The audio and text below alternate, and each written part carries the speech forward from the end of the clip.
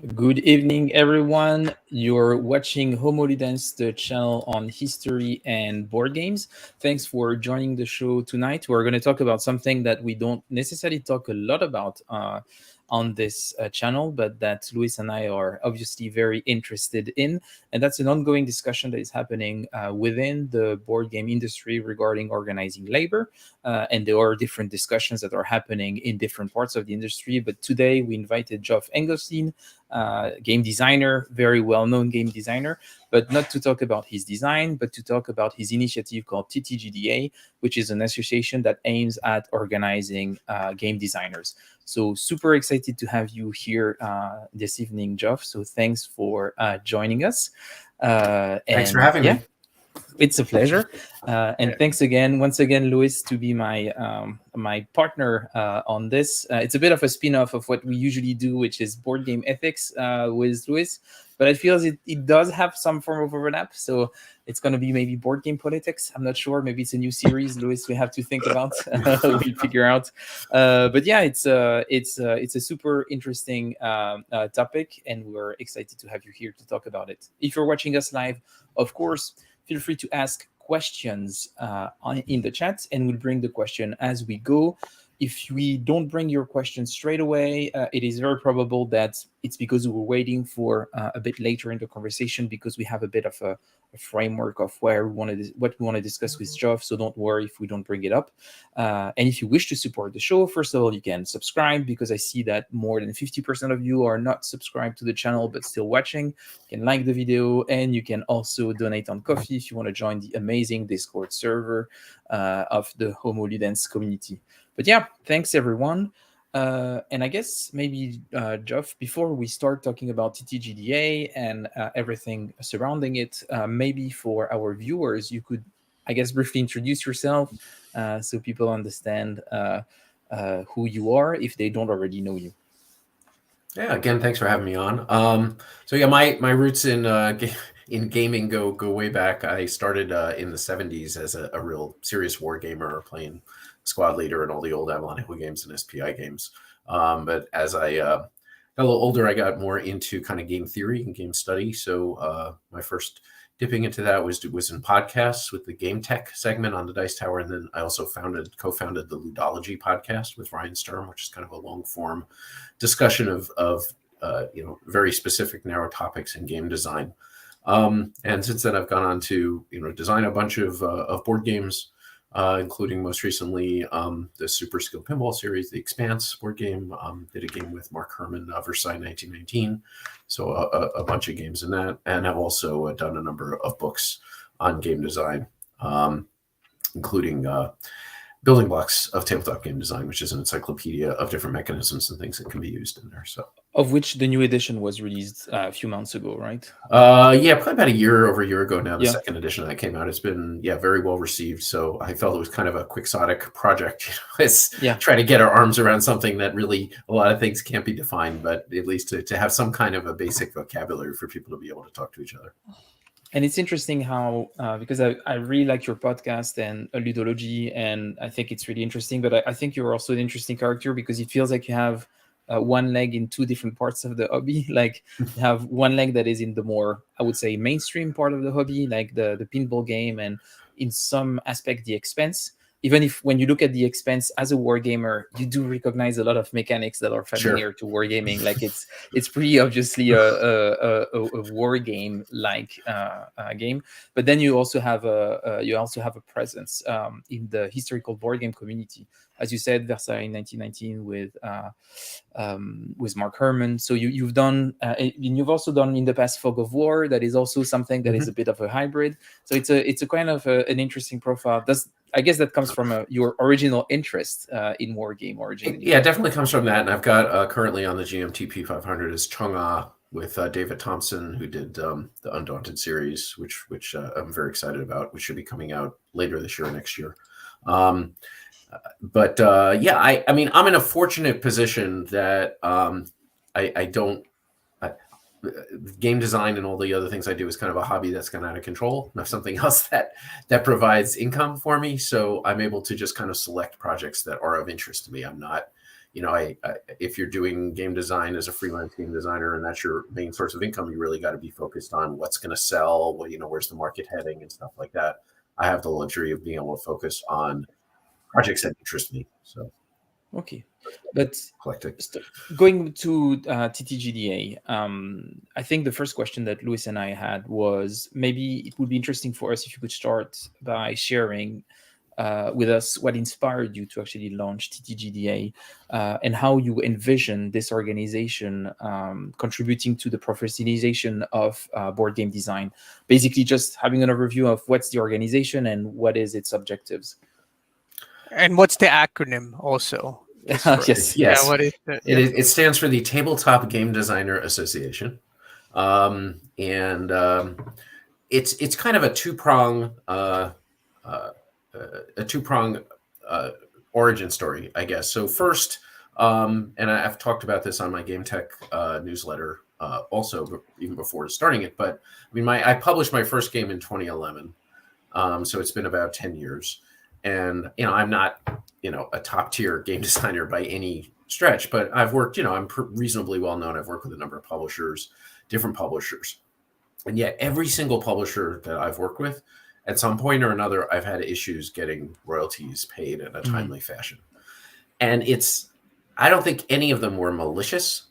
A lot of them were just, a lot of these publishers are very small. They're, they're 1 or 2 person operations, or even the bigger ones are not, super huge things. And unfortunately, the designer, paying a royalty to the designer is the last thing on many publishers' list of things to do, right? If they got to send a check to Gen Con to get their booth, they're going to do that. If they got to send a check to the printer, they're going to get that out there so they can get the games, or pay the shipment, or pay the tariff to get it into a country, right?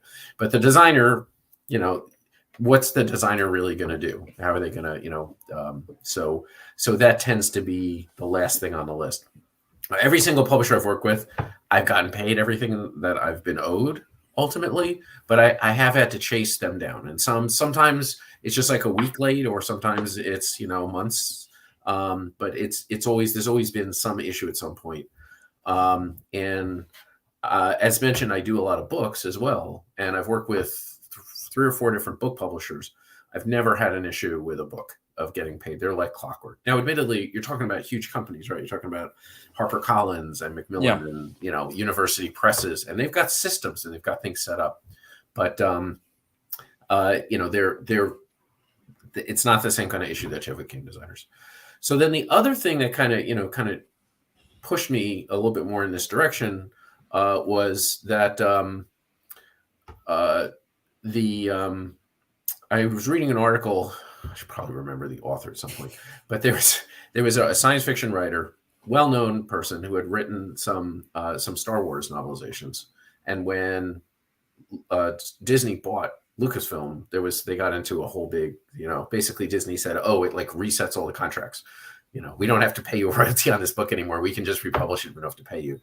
And they got into a big argument. And he, even though he's a name author, he didn't have a lot of push, but he went to the SFWA, which is the Science Fiction and Fantasy Writers Association, and they went to kind of bat for him. So they went out and they had a lot of publicity about it, and they were able to draw attention to it and just shine a light on it, and be able to, eventually Disney came and agreed to pay the royalties. And as far as I know, they came to some kind of a settlement, and it all worked out.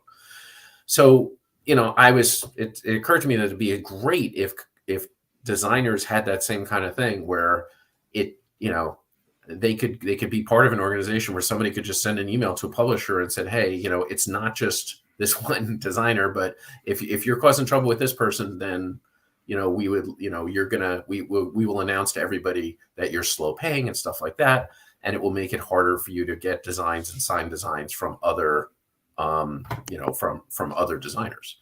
The intention was never that we would file lawsuits against, and the SFW doesn't do that. It's all about information. It's all about being public about things. It's all about drawing attention to, people that are bad actors, or just, aren't doing what they're supposed to be doing in the industry. Every industry has its whisper network. Game designers have that too. But like any industry where you've got a lot of people that want to get into it and they're doing it as a hobby and they're really excited about it. Most of those are the people that are vulnerable to getting taken advantage of, right? These are people that they'll anything to get their name on a box and get their game out there. They'll take any kind of contract and any kind of deal. So the idea is that we can try to protect some of those people. So that was kind of the origin was my experience and talking to other designers who had similar experiences, as well as reading about the SFWA, about the opportunity to kind of shine more light on these things. Okay, but that makes a lot of sense, and I like your comparison between the book industry and the board game industry. Regarding royalties, do you feel like there is also a big difference? I feel like maybe a board game publisher can also provide like types of contract that are like there is a big variance maybe between different publishers. Do you think there is also a name to standardize what should be the royalties for designers, or you don't necessarily have that aim at all, just making sure that people are getting paid but not standardizing a bit more the contracts? We don't intend to. There's been a lot of good resources out there and we tend to leverage them all for what designers typically get paid in terms of royalties for different types of deals. But we're not we don't want to set a floor on it, or, we're not going to go out and mandate and say, look, this publisher, you should be paying at least this much. Everyone's going to make their own deal. There's different economics of it. If it's a licensed IP, I can tell you from experience, if you're doing a Marvel game or a Star Wars game for somebody, you're typically going to get a lower percentage as a designer than you are if it's a non-IP game. If you're an experienced game designer, you're going to get more. So, we don't want to get into that level of it. We're going to tell people, look, here's a graph that shows on average what people are getting, but you can negotiate your own deal. However, there are definitely certain elements of contracts that we want to make sure that people are aware of, and that they should make sure that those points are covered in a contract. For example, I was just we're hoping to launch in March, but we were saying, but we've started helping some designers kind of on the side on a freelance basis, people I know. And so we recently had an issue where a designer came to us, well-known designer, and they had, were having issues with, and they wanted some assistance and some suggestions, and even just to be able to use a leverage with people. But part of the issue was that they didn't have in their contract an audit clause. Right, so they were disputing the royalties and saying, "Look, we think more games were sold than what you're saying," and the publisher was like, "No, this is what it was," and the statements were not very well constructed, and there was a lot of discrepancies and things like that. But the contract they signed initially, and they recognized now that it was a mistake, did not include an audit clause, which you should always get, which means that once a year or twice a year, you have the right to hire at your own cost an auditor, accountant, to go in and audit their books and review their sales numbers and make sure that everything makes sense. So one of the big things that we're doing, and we're working on it right now as we speak, is an annotated contract, which is like a model contract that shows these are the definite clauses that you want to have. And this is different variations of it. Different publishers will phrase it different ways, and we're including a lot of different examples. The idea is that the members would have access to that and be able to see the key points that they've got. And hopefully we can also I'm hoping that we get cooperation of publishers, that publishers will send us their standard contracts, even if they leave out the dollar values and stuff like that, but at least give us their standard contracts, and we can make sure that those key points, and if the key points are in them, we can put them on the website and say, hey, here's they get a gold star. If you do with this publisher, we know that their standard contract meets all of the standard points that the TTGDA wants to have or thinks that you should have in contracts. So yeah. That's super interesting. Yeah, go ahead, Luis. No, I think that's a great idea, and I'm really looking forward to when the TTDCA launch. GDA. It's not a great acronym. I cannot begin to tell you how many meetings we had about the acronym. Let's just say I'm just gonna say Tabletop Game Designers Association. It's easier than the acronym for me, but that's great, and that's going to be an extremely valuable resource. So I do want, just for our viewers, especially ones that aren't from the United States, just more of if you can explain a little bit more, what's the difference between an association in regards to a union? Right. So yeah, and let me just take one step backwards because I probably should have jumped in this too. So I've got first, I would like just say I've got two other. There's three of us that are really been in the lead of pulling all this stuff together, which is Elizabeth Hargrave, who did Wingspan, and Sung Foom Lim, who's done Junkard and Belfort and a whole bunch of new role playing games also. So the three of us have been kind of putting this together jointly. And we've also got a whole advisory board. So we've got a lot of people that are involved in this. Also, there are other organizations out there that do this already. There's one of the bigger ones is SAS in Germany, SAZ, which stands for something long in German, which is like the Spiele Autor. So I don't know, but it's basically the Game Authors Association. And they've done a lot of great stuff. And anybody from different nations can join SAS. I'm a member of SAS myself, and they have a model contract in English on their website that you can download and get. But a lot of the stuff that they're doing is they're really kind of focused on there's some very specific German stuff that they deal with, like German copyright laws and the way the pension laws in Germany work and the way that game designers can get pensions and get in the German library, equivalent of the Library of Congress here in the US and things like that. And then there's an organization in France, the Société des auteurs de jeux. Yeah, Thank you. des auteurs de jeux. Appreciate that. I took 6 years of French in school, and I'm still not good. Don't feel comfortable attempting that. They are also. We've talked to them, and really we're planning on. We're not looking to supplant anybody. We're looking to ally and work together on a lot of this stuff. So SAS has got a lot of great contacts in German publishers, but they don't have as many with some of the bigger North American publishers. We feel that we've got contacts and know people with the North American publishers. So the hope ultimately is that people are a member of a SAS or a member of the SAJ in France, or there's one in Spain as well. Their members can take advantage of our services in the U.S. or North America, and the North American group can, if the members can perhaps take advantage if there's a German, contract that they're trying to evaluate or something, can look at that. So the hope is that all of us will work together. Now, as you mentioned, so going back to what you're asking, so in the U.S., so a union is something very, very specific in the U.S., and there's very specific organizing rules about forming unions and stuff like that.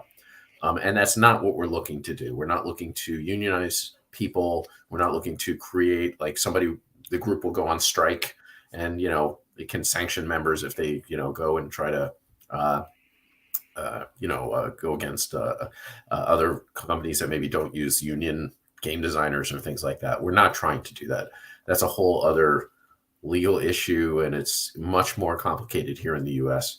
Now, I know that in France, for example, it was much easier for the SAJ. They're kind of registered as a guild, and that's a whole. So they have like negotiating power very easily in France with all of the different publishers. There's like a publisher guild, and there's a game designer guild, and there's a game artist guild. Those are much easier to set up in France than they are in the United States or in Canada. So we are staying as an association, and it's not like there's union dues or things like that. It's not a union. It's going to just be somebody that's for education for game designers, resources for game designers, and hopefully have enough critical mass of game designers that we can use that weight to try to help settle some disputes. Okay, but do you think that's like growing towards something that is a bit more like the Writers Guild in the US is potentially an objective that you might have in the longer term, or it's not really something that you're contemplating at all? And if so, why not? I think the market for, I think if you want to like make a movie in the US or wherever, I think making a movie, it's a much more, there's a lot more money involved. It's you've got to come up with ways to show the movie and stuff like that. I think that there's so many little game companies and things like that I don't necessarily at this stage see that that's going to be effective and just because of the ecosystem of the way that the game market is in the US. Yeah. And we're also trying to appeal to there's three main categories of game designers. We're hoping to be able to appeal to all of them. But one is freelance designers like myself who don't work for a publisher, but just pitch games designs to different publishers. There are people that just work full time for publishers, and they have different requirements and different needs. And then there's self publishers, people that design and publish games, and we're hoping that we can appeal to them as well. They're not making contracts with themselves or things like that, so they have different requirements. They're kind of straddling in both worlds. So we're hoping that we can appeal to all of those. So that also makes it a little harder to, really unionize in that same way. Yeah, that's interesting. It's true that, for example, if I'm looking at the European publisher market, like we have in Europe and even more so in France, we have Asmodee that is so big. Like they bought a lot of studios, even overseas. So of course, like they are a clear organization to negotiate with. I guess in the US it's way more fragmented. But yeah, you foresee that maybe with the fact that the industry is becoming so big and so lucrative, we'll see concentration of companies coming in the future, and maybe have something like Asmodee we have in Europe, but also it's also obviously in North America. But do you see that a potential for concentration? I think that's gonna, it's gonna concentrate and it's gonna split. I think though that game design in a way it's more like a book publishing model.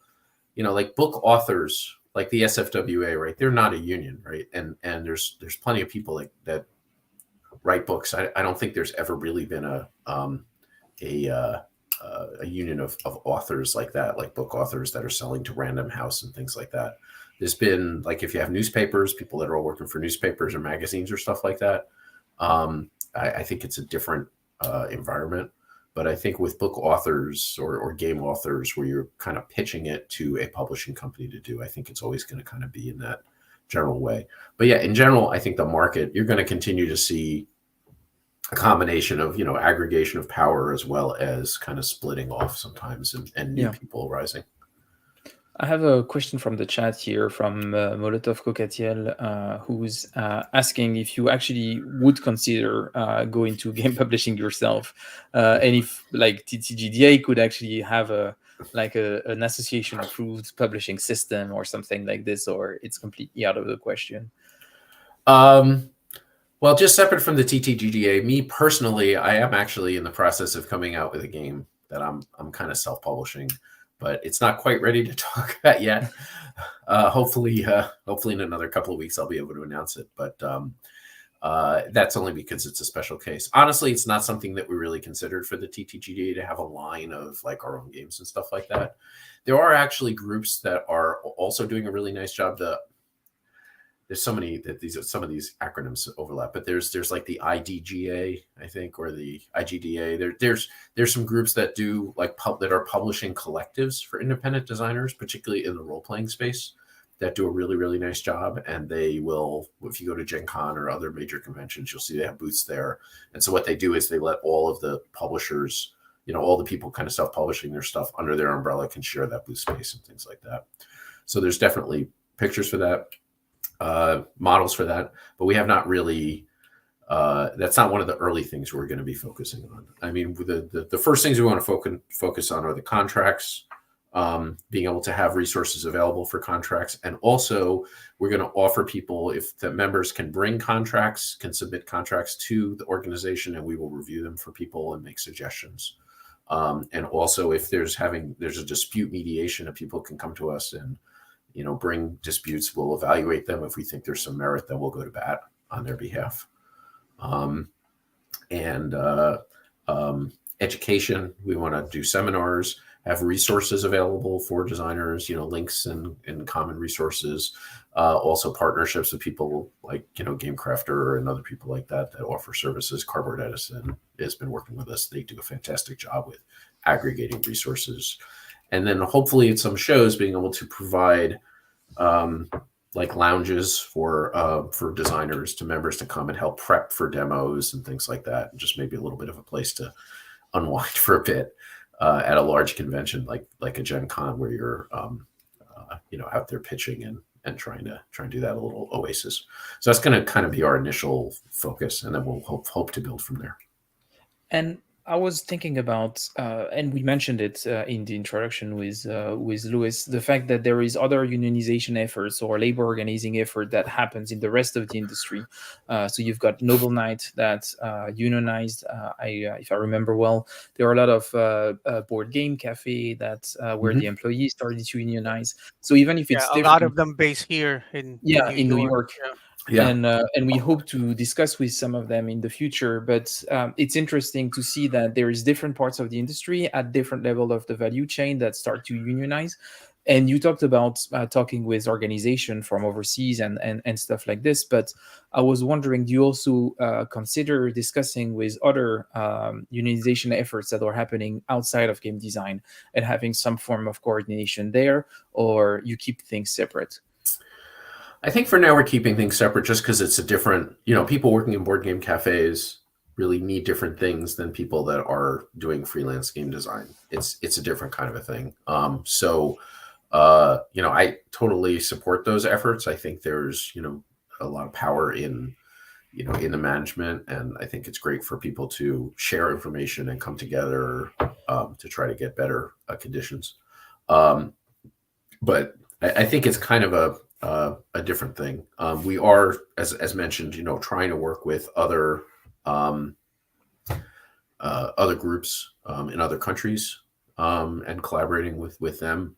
So again, I would never tell somebody, if you're like a member of SAS, don't quit SAS to join us, right? They're not, that the intention is not for these to be competing organizations. We're trying to work together and align ourselves. And, we had even discussed at one point about being like SAS North America and stuff like that. We just felt, for a variety of reasons, it was better to, kind of have a little bit of a different identity, but just work really closely together. Okay, makes sense. So just going to a question from in the chat from Alan Salazar. He asks, do game designers own the intellectual property right for games, or do they give up to the producing company? No, you own the intellectual property right for the game. So when you sign, if the contract is structured correctly, I mean, I've seen contracts where it's like you're signing the rights over to your game in perpetuity to the publisher. You should not do that. I've seen some publishers that try to squeeze that by, and you should not have that. The contract you're signing with the publisher is you are licensing the game idea to the publisher. And then you should also make sure that you have in your contract a means, some kind of mechanism for which the rights return back to you or the publisher loses the rights to the game. Typically, those will be if the publisher goes bankrupt, or if the publisher stops publishing the game, if they sell fewer than a certain number in a calendar year. So there can be a number of mechanisms. We will have samples of those on the sample contract that you can kind of decide on how you want to do it. But you got to make sure that there's a way that it comes back to you. My very first contract that I signed for the Ares project, it was an in perpetuity contract. I actually had to go later, and I went back to the publishers after it was with Z-Man, and then Z-Man was bought by, it was sold, and then it ended up, I don't even know where it is now. I think it's still part of Asmodee now. Anyway, I eventually worked my way up the chain, and I got the right people, and I was like, hey, I would really like to get the rights to the game back. And they're like, sure, no problem. And we settled it. But I made that mistake of where I signed it in perpetuity. So there should be some means for which you get the intellectual property back. Now, the tricky part with games, right, is that there's a lot of other stuff that the publisher has done that they will own the rights to, most likely, which is like the art that they do. They're paying for all the art, right? So just because you get the game back, the rights to the game back, doesn't mean that you can just publish it and use all the art, unless for some reason you have a special deal with them, or you buy it off of them or reimburse them for the cost of the art or whatever it is. Most of the time when you get it back, you will have to, you'll have to recreate all the art, come up with a whole new production and everything else. And that's why you see when it's, when games get re-released by other publishers, they always look different. And you can usually keep the name, the trademark would go back to you, but the exact specific artwork and the way the rules are written is usually copyright to the company, the publisher. So the rules would have to be laid out a little bit differently. You can just use them exactly the same. So that's the answer to that question. So yeah, you should never license the rights to your game forever. There should be some trigger by which it comes back to you. And usually most contracts have this clause that if after a certain period of time they don't keep it in print, the rights revert back to you. At least the design, not necessarily the art, but yeah, most of the time you see something and like this. keeping it in print can be a little vague. So sometimes you want to say like, they have to sell a certain number of copies, or if there's an electronic version, right? I mean, that's always an issue with like book publishing now. You can say, as long as you keep it in print, you have the rights to my book. But if you stop printing it, then I get the rights back. Well, if they're selling ebooks, you could sell 1 or 2 copies a year of your ebook. Is that still in print? Maybe. You just got to make sure it's in. So as game designers, we're really good with rules, right? The contract is the rule book for how you're dealing with the publisher, and so you got to make sure you think about all those edge cases and tiebreakers and all that other kind of stuff that you do when you're designing a game as well. Yeah, I like the concept of tiebreaker at the end of a contract. Flip a coin to see who gets the rights. There you go. There is a question that Louis and I were wondering about. There is there were big discussions regarding generative AI in another creative industry. So you had the Writers Guild and other unions in Hollywood that actually took a stand to defend their rights regarding this. And so it was one of the topics that they wanted covered. Do you have any position regarding generative AI in the board game industry? We've seen some games that started to use generative AI in art, but we could potentially see games using generative AI in rule books or in game components. What is your position regarding this? Right now, we're not taking a specific position one way or the other on it, because it's in such a state of flux in terms of the technology. I think that certainly the way that the generative AI models were created, there's a lot of ethical issues with them in terms of scraping the art and stuff like that. Will the next generation of models have that same issue? Will they have dealt with the licensing issues and stuff like that? I don't know. But one of the things that we are doing is we'll have some sample clauses if you specifically want to exclude generative AI or the publisher from using that, of language that you could incorporate into a contract to eliminate that. Okay. Louis, you had a question? Oh, one other thing I should say, is that we've had a lot of interest from like graphic artists in games and stuff like that. And we're not turning away anybody who wants to be a member, but initially our efforts are going to be focused on game designers. But we definitely could see if there's a critical mass of people coming in that are graphic artists or rulebook editors or whatever. They can be like special interest groups or kind of committees or subgroups under the TTGDA that would support that, and those people could support each other. Contracts for graphic artists are very different than game design contracts, because they're usually, in that case, you usually are signing over the rights to the work. It's not a royalty thing. It's usually a one price thing. So those contracts are usually structured somewhat differently.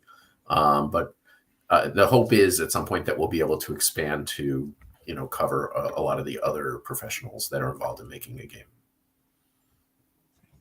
No, that's great. That's great to know. I mean, Fred, you've kind of took my question, because I was gonna ask about the AI. Sorry. But no, it's great to hear though from that the TTGDA doesn't really have really struggling. Oh my gosh, TTGDA. I don't know. Originally, the acronym that I did was NAGDA, NAGDA, the North American Game Designer Association, which was a lot easier to say. Yeah, people didn't like having the word "nag" right in the title, which has a negative connotation in it. Oh yeah, someone in the chat suggested that you should call the association TLDR, regarding the fact that we don't read contracts as game designers. So there you go. I don't think TLDR.org is available, probably. Probably not. That's the other thing, is you got to come up with an acronym that makes sense, that you can actually get the URL to. So that's a whole other minefield. Yeah. No, just if you can just elaborate a bit more on just what do you see as the industry evolves, like where do you see the positions of the TTGDA, right? As it stands now, and potentially when not necessarily stuff relating to AI, but other matters when it comes to other like publishers, maybe maybe you have like more, I guess we were discussing absorption of smaller publishers into bigger ones, or maybe even more of a proliferation of smaller publishers around? And then also, what do you, just if you can just go on, elaborate even more on what's the future for the TTGDA, and how do you see it evolving also along with industry growth? I think there's a lot of really interesting areas that we can get into. One of them is assisting with with job boards is one area that we're looking at, of creating a way that if someone's looking to hire game designers, to be able to have a resource that they could go to for either game designers to see, or people to find game designers that are in the membership that maybe have certain skill sets. We want to just in general raise the profile of game designers in the media and things like that. So sometimes there's media requests. I was just contacted the other day by the New York Times, they were putting together an article about how to put together a game night, how to plan a good game night, and they were looking for somebody to help, that they could interview or suggested names and stuff like that. So provide a resource for reporters and things like that. There's also just in general been trying to get better recognition for game designers. Most people here probably don't know this, but I mean, I was talking about the 70s and the 80s and Avalon Hill and stuff like that. When all those games are coming out, game designer names were never on the box. That was actually really pushed by SAS, was the one that kind of pioneered that. German designers pushing it.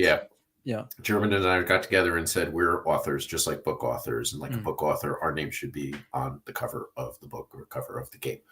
So towards that end, one of the things, and I've already started putting out some feelers, is we'd love to get like Amazon, for example. They list book authors and you can look up things by book authors, but you cannot look up things by game designers. They've got the technology to do it, right? They've already got it structured that way for books. So it would be great to, to be able to go in as an organization and say, look, we represent, 1,000, 2,000, 5,000 designers, whatever. And there's something that we would like you to do that we think would be, to raise the profile of the game designer. So that's that. There's a lot of other areas that we think that we can get into. The other thing also, and this is more for our friends in the United States, is ultimately we'd like to be able to potentially offer health insurance and other benefits through TTGDA. One of the things that makes it really hard for people in the US to quit their jobs and pursue their dreams is that a lot of times people will have health insurance with their current employer, and if they quit their job and become a full-time game designer, unless their spouse is covered or something, they've got to, it's much harder for them to get coverage or deal with it. So it's our own dysfunction here in the United States, but that's something that hopefully we might be able to offer at some point in the future as well, for members that are in the United States. That's a really interesting point. The healthcare part, if obviously something that in Europe we don't necessarily think about, but definitely makes a lot of sense in the US. There is a question here in the chat from Molotov Kolkatil once again, who's asking. You were talking about the concept of having an auditing clause in your contract, and he's asking what happens if a game company or publisher doesn't want to expose their books to auditing or refuses to comply in other way. And I guess what kind of support TTGDA could bring? Well, first off, I mean, if it's the first thing is if there's two levels. I mean, do they agree to put it in a contract? I mean, you're not going to force them to put anything in a contract. So, if they don't want to put it in, then ultimately you as a designer have to decide if you're going to sign it or not sign it. But what we're telling you is that's a really standard clause in the industry, both book publishing and game publishing and everything. So if you're dealing with a game publisher and they don't want to put an audit clause into your contract, should be a red flag for you. We're not going to tell you, definitely, we're forbidding you from signing it or something, but, that's something that you should take into consideration. If you have a contract and then the company is not living up to the contract, and that can come in a lot of different ways. It could be they're not, paying royalties on time, or, ultimately maybe they're not letting you audit the books. Well, the way that the ultimately to compel them to do it is you're going to have to get a lawyer and sue them. Yeah. Whether you're a member of TTGDA or not is not going to really make a difference from that standpoint if they're absolutely just flatly refusing to do it. But the idea is that we would go and, you would come to us and say, look, here's the contract. Here's the facts of the case. We would review it and see whether or not we felt that the designer was correct and that there was a breach of the contract, or, there wasn't. And in talking to SAS, I was talking to people over there, as I mentioned, they say about half the requests that they get from designers for them to intervene in disputes are not really issues with the publishers. A lot of them are just kind of issues with the designers, or just, should be resolved at a lower level interpretation thing or something like that. But if we would deem that, oh yeah, this is definitely what it is, then either we would write an email, would be the first step, to write an email to the publisher or get them on the phone and talk to them, or suggest language to the designer that said, hey, we suggest you send an email, copy us on it. Here's what you can say.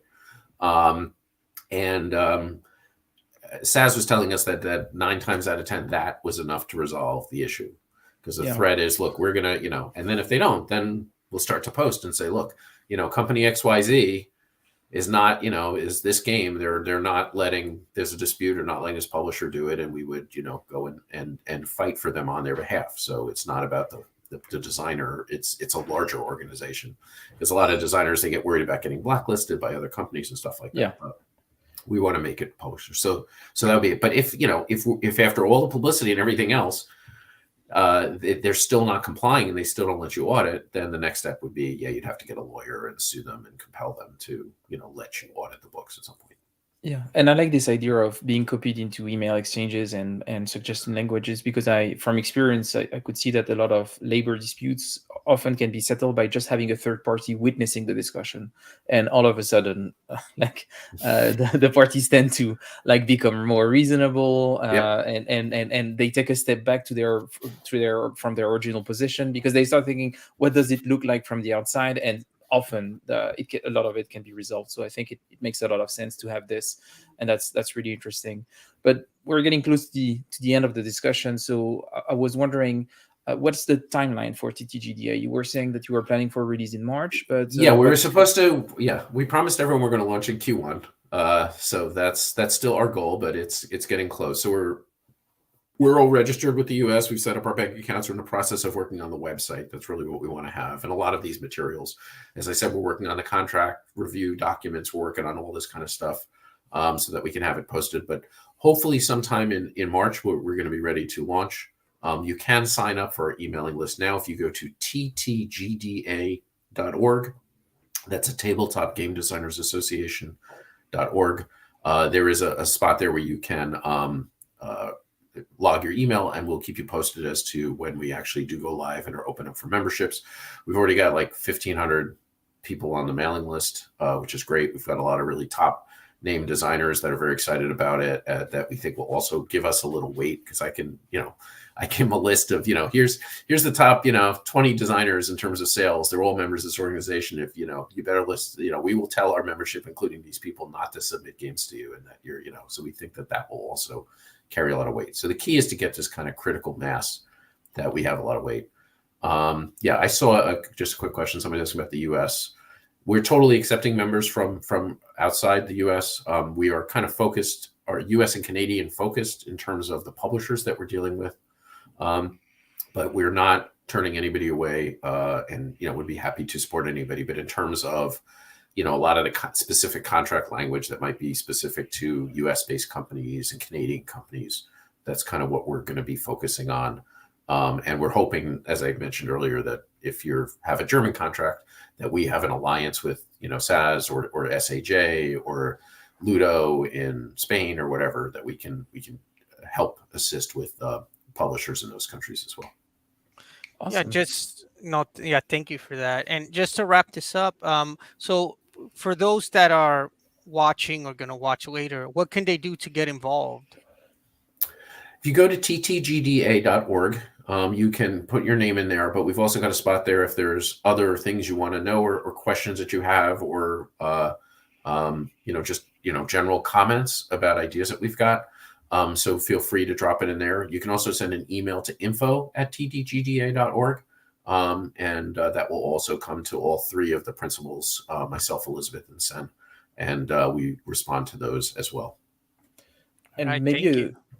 yeah, I was thinking maybe because it feels like a lot of what you do is also going to be involving the fact that you're going to bring exposure to specific case and stuff like this. Do you feel that content creators also have a role to play in supporting TTGDA, in making sure that we are also providing like a way to broadcast the message that comes from the association? Where do you see the people making content playing a role here? Yeah, that's a good point. I mean, I think that if there's, news shows, whether it's, Dice Tower News or Board Game Wire or Polygon or whatever, if there's a dispute with, a large publisher or whatever, we're hoping that will come out, and be spread around. That's part of the power of it. We also will be doing, which I didn't mention, a monthly newsletter, which will go to members about industry news, and also any disputes or things that would be happening would be included in that as well. If there was anything that we felt the members needed to be aware of. Recently, I think it was Haba. Haba, started having some financial difficulties, and months before, I think they declared bankruptcy. I apologize if I'm smearing Haba on this. How dare you, Geoff? But the SAS newsletter, for example, they sent an email to all of the members like 6 months earlier that said, hey, we've heard rumors that they've been slow on paying royalties, so be careful about signing a new game with Company X. So okay, but that's interesting, and you're always welcome, and any board member of the TTGDA to come over to the show to name and shame publishers. No, but just once you're received to provide updates and discuss about ongoing topics. Yeah, use us as a mouthpiece if you like. I appreciate that, and we certainly want to get people involved. Not just as members, but we are planning on having. There's going to be board elections every year. We'll have a rotating board where people will serve for a couple of years. So, the three of us will start as the initial board, but very quickly we've got kind of our bylaws together, and we want to get people involved. Ideally, we can get to a critical mass of designers also so that we can afford to pay. And that's one of the big things that the dues are going to be going for, is to pay a full-time or part-time staff, but a dedicated administrative staff to do the newsletters and to, respond to the emails and help people with contracts and things like that. Any organization like this can't rely on volunteers forever. We can get it going for a couple of years, but if it's just volunteers that have to do this and do the legwork and set up the things, we need to be able to get to enough members that we can support at least one administrative person to kind of run it. And that's going to be an important milestone for us to get to for the health of the organization. Makes a lot of sense. And talking about you specifically as a designer, are there any new things that we should expect from Geoff in the future, more particularly in the historical game design space, which is the interest of the channel? Any things that you can, like any teasers that you can provide? Sure. Well, I've got, as mentioned, I did with David Thompson, I did Cheng-Ah, which is spelled Zheng. And we had David on the show to actually do a demo of the game. So if you're nice. For people watching, I remember that. If you want, you didn't accept my invitation, Geoff. So I felt really insulted. So I can tell you now, like, how dare you? Like, how can you do this to me? No, but yeah, if you wish, you can watch David Thompson play with me and demo the game. So So we have that. I have a second design, Triumvir with Mark Herman, which is also on the P500, which Mark got sidetracked by a bunch of other stuff. His Rebel Fury series, his new version of Pacific War. He wrote a book. Every time I talk to him, he has some other project, but now he promised we're back on Triumvir. So that should be releasing also before the end of the year. So that is also taking the Versailles 1919 system and extending it into the Roman era. Looking forward to this. And I've got a non-game related project, which I'm excited about, which I will just pitch. I've got a book coming out, my first non-game related kind of creative project like this, called The Universe Explained with a Cookie. And it is a popular science book that takes the ingredients and steps involved in making a chocolate chip cookie and relates those to different and sometimes pretty deep science concepts intended for the interested layperson. It's not for kids, but it's for adults that maybe want to learn more about some of the science behind fusion and quantum mechanics and dark matter and dark energy and evolution and things like that. Well, if it's science for smooth brain people, that's I'm the target audience. I'm all in for that. And thanks a lot for that. I don't want to be a party pooper, but I'm pretty sure that Mark is lying to you. He's working on other projects so that might delay you again. And I'm really sorry about that. You're probably true. Probably and true. I might have some responsibilities in it, so I'm already sorry. But yes. No, it was really great having you and discussing this. As Louis and I said, we'll be happy to have you again on the show to discuss specific updates on TTGDA. I think it's a really important topic, and I'm really happy that we're starting to see an initiative like this. I think it's really awesome. So thanks a lot for your work. Thanks, and appreciate the opportunity to help publicize it. Yeah, sure. Thank you for being on. Great. Have a great evening, everyone. Thanks for watching. I remind you that if you wish to support the show, you can donate on Coffee, and you will have access to our awesome Discord server. And if you don't want to give money, that's fine. You can just like the video, you can subscribe, and you can comment and say that we were awesome. That's also cool. So thanks everyone for being here, being engaged. There was a lot of really interesting comments, so that was really, really great to have all of you on. Have a good evening and see you soon. I will post some updates soon on Twitter and Blue Sky around the next videos that are going to come up. There is a bit of agenda shuffling that I need to do, but yeah, it's I will keep you all posted. Thanks everyone. Have a great evening. Bye-bye.